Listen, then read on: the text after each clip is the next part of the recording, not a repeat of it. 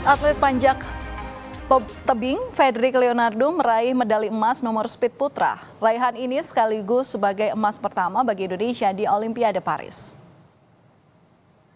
Merdeka, merdeka, tanahku, negeriku yang kucinta, Indonesia Raya. Merdeka, merdeka, hiduplah Indonesia Raya. Lagu Indonesia Raya akhirnya berkumandang di ajang Olimpiade Paris. Le Bourget Climbing Venue Paris, Perancis jadi saksi atas emas pertama yang disumbangkan oleh atlet panjat tebing Fedrik Leonardo untuk Indonesia.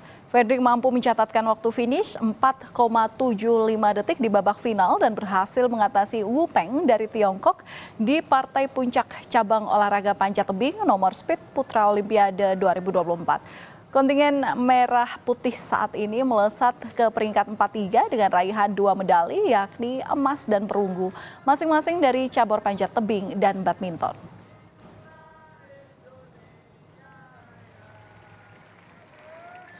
Orang tua atlet panjat tebing Fedrik Leonardo berhasil atau bangga karena putranya berhasil membuat lagu Indonesia Raya berkumandang di ajang Olimpiade 2024 dengan raihan medali emas pertama untuk Indonesia. Sehari sebelum bertanding, Fedrik menelpon ibunya untuk meminta doa untuk kemudahan dan kelancarannya dalam bertanding hari ini. Rosmita, ibunda Fedrik, berterima kasih atas doa seluruh masyarakat Indonesia dalam membantu kelancaran Fedrik ketika bertanding mengharumkan nama bangsa. Kami sangat bangga sekali Fedrik Leonardo bisa membawa emas untuk Indonesia, mengharumkan bangsa Indonesia.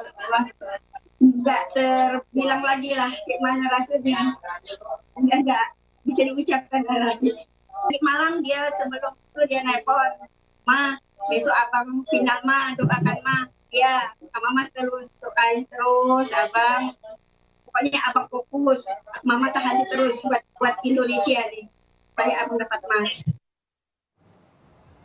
2 hari lalu di nomor speed putra, Fedrik Leonardo mencetak waktu 4,92 detik di jalur A dan 4,79 detik di jalur B.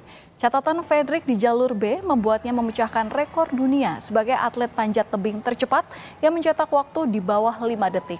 Namun rekor itu dipatahkan oleh wakil Amerika Serikat Sam Watson yang mencetak waktu 4,75 detik pada babak penyisihan eliminasi, di mana Fedrik harus berduel dengan Rahmat Adi Mulyono. Fedrik lolos ke perempat final dengan catatan waktu 4,98 detik.